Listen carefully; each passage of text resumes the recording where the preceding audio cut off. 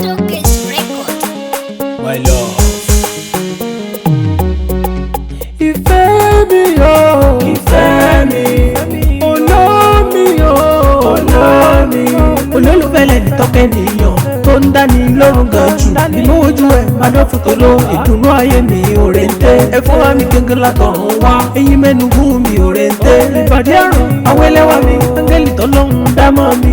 Ojú gúnrégé ìwà àtúnṣe rẹ̀ mú. Ìfẹ́ rẹ̀ mọ̀ ń bẹ lókàn àyà mi. Ìwọ ṣàníyàn ni bí ọkàn mi. Ìwọ gangan lẹni ọkàn mi yàn. Obìnrin bá kọ́kàn lérú gbá. Arẹwà mi ló máa ń fòyà o. Ìwọ nìkan lọ́kàn mi bá lọ o. Ìfẹ́ mi, ìfẹ́ mi o, ìfẹ́ mi, olómi o, olómi.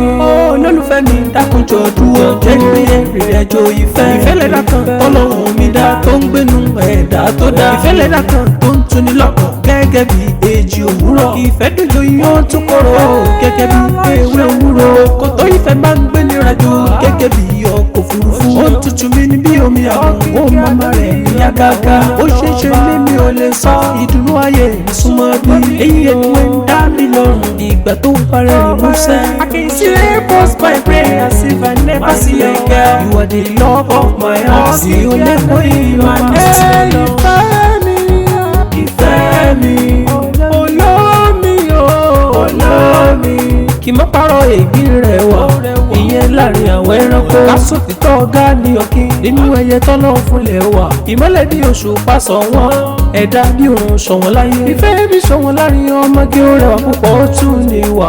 Every time I breathe, I feel you deep in my heart. You are the love of my heart. Your love is the one to me. I can never get over it, not get enough of it. The feeling you give me everything, immaculate wish for in a relationship. I can only pray for that. You are the light in my life and you make every day great. I cannot imagine my life without you, babe. Olómi, olómi, ẹni bí ọkàn mi o. Ìfẹ́ mi, the angel of my life.